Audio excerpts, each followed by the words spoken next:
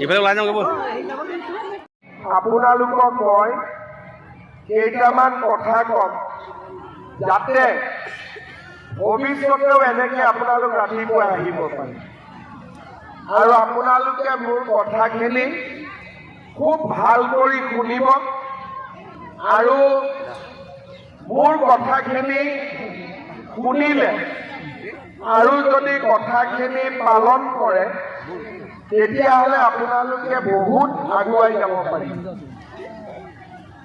কাৰণ এই আঁচনিখন